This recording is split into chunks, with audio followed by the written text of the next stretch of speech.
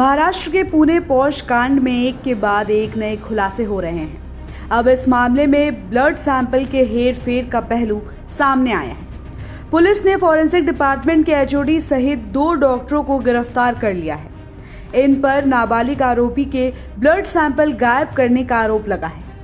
बता दें कि ब्लड सैंपल के जरिए आरोपी के शराब पीने के बारे में जांच होनी थी, लेकिन सैंपल गायब किए जाने के बाद ये पुष्टि नहीं हो पाई कि आरोपी ने कार ड्राइव करते वक्त शराब पी रखी थी या नहीं। ब्लड सैंपल लेने के बाद जांच रिपोर्ट में शराब की पुष्टि नहीं हुई थी। इससे संदेह पैदा हो गया था। इसके बाद दोबारा ब्लड रिपोर्ट आने पर शराब की पुष्टि हुई।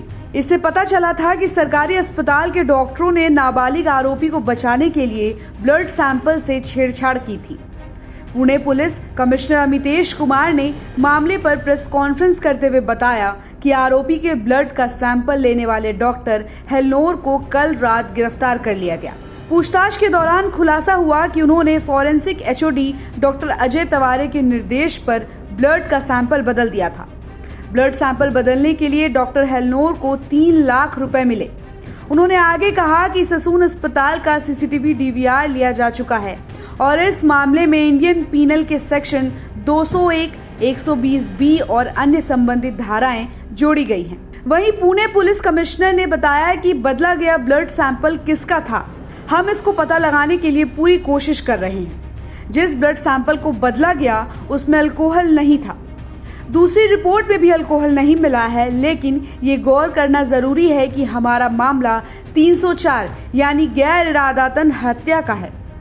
आरोपी को पूरी जानकारी थी कि उसकी हरकत से लोगों की जान को खतरा हो सकता है, इसलिए ब्लड सैंपल में अल्कोहल का कोई अंश नहीं होने से हमारे मामले पर कोई असर नहीं पड़ेगा।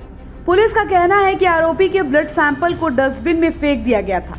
उसकी जगह दूसरे व्यक्ति का ब्लड सैंपल उपयोग में लाया गया। पुणे पुलिस कमिश्नर ने बताया कि पहली जांच की रिपोर्ट आई और उसमें आरोपी के ब्लड सैंपल में अल्कोहल नहीं पाया गया। यहीं से संदेह पैदा हुआ और फिर हमें खुफिया जानकारी भी मिली कि ब्लड सैंपल कलेक्शन में कुछ तो हेरफेर हुआ है, इसलिए हमने शाम को अस्पताल में दूसरी ब्लड सैंपल की जांच करवाई। उन्होंने आगे बताया कि इसके बाद ब्लड डीएनए पता लगाने के लिए कहा गया, जिसमें सामने आया कि पहली और दूसरी ब्लड सैंपल रिपोर्ट का डीएनए मेल नहीं खा रहा है। ये ब्लड सैंपल 2 अलग अलग व्यक्तियों का था, इसलिए हमने डॉक्टर हेलनोर को गिरफ्तार कर लिया। हिट एंड रन की ये घटना 19 मई की है और पुणे के कल्याणी नगर इलाके में रियल एस्टेट डेवलपर विशाल अग्रवाल के 17 साल के बेटे ने अपनी स्पोर्ट्स कार पोर्श से बाइक सवार 2 इंजीनियरों को रौंद दिया था, जिससे दोनों की मौत हो गई।